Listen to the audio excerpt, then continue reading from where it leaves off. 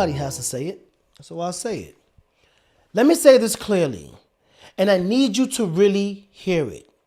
If people see what you're doing and they don't acknowledge it, they don't like it, they don't share it, that does not mean it lacks value. It means it has weight. People don't ignore average. They ignore what exposes them. They ignore consistency because it reminds them of their own inconsistency.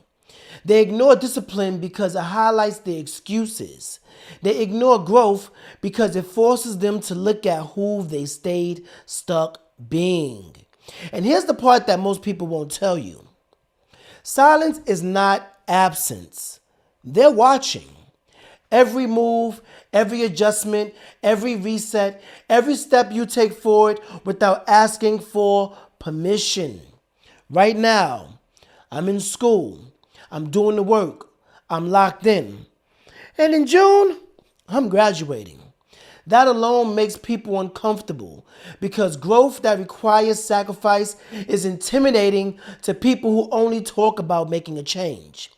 I'm building a podcast that doesn't feed off other people's problems. I'm not dissecting drama.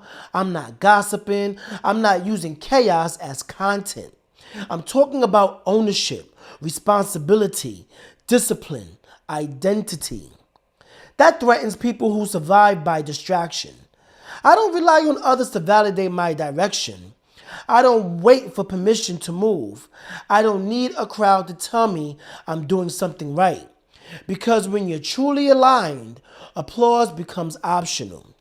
See, when you stop gossiping, people who live off gossip get nervous.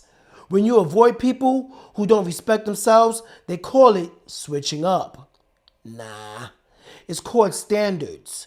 When you choose peace over proximity, when you choose growth over familiarity, when you choose silence over explaining yourself, you separate. And separation feels like rejection to people who never planned on growing with you anyway. Every day, I reset myself mentally, physically, spiritually, financially. Not to be perfect, but to be better than yesterday. I audit my habits. I check my discipline. I question my comfort.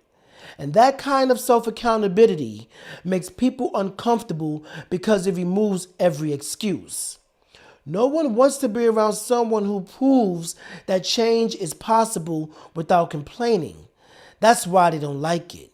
That's why they don't share it. That's why they pretend not to see it. Not because you're wrong, because you're actually right. So if you're doing the same thing, if you're in your own season of rebuilding, of studying, of working quietly, of staying focused, of minding your business, of upgrading your standards, do not stop. I see you.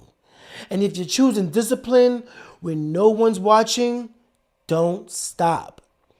And if you're cutting off distractions instead of people, don't stop. If you're rebuilding your life brick by brick, don't stop. If you're learning to respect yourself so you don't have to beg for respect from others, don't stop.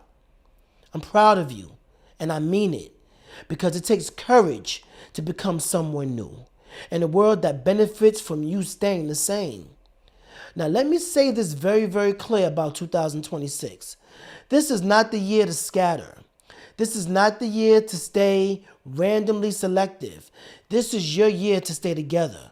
Not emotionally dependent, not clout-driven, not chasing attention, but staying aligned, focused, consistent, locked in. We stay together by staying disciplined. We keep the pressure on by not folding. We apply pressure by becoming undeniable. Let's keep watching and building silently. Let them keep scrolling. Let them keep pretending that they don't see the elevation. Pressure does not come from noise. It comes from results. So in 2026, we don't argue. We don't explain. We don't chase acknowledgement. We build. We graduate. We execute. We reset. We rise. and we keep the pressure on their necks by becoming everything they were too scared to commit to. Now stay locked in, stay disciplined, stay dangerous. Remember, you're doing something right.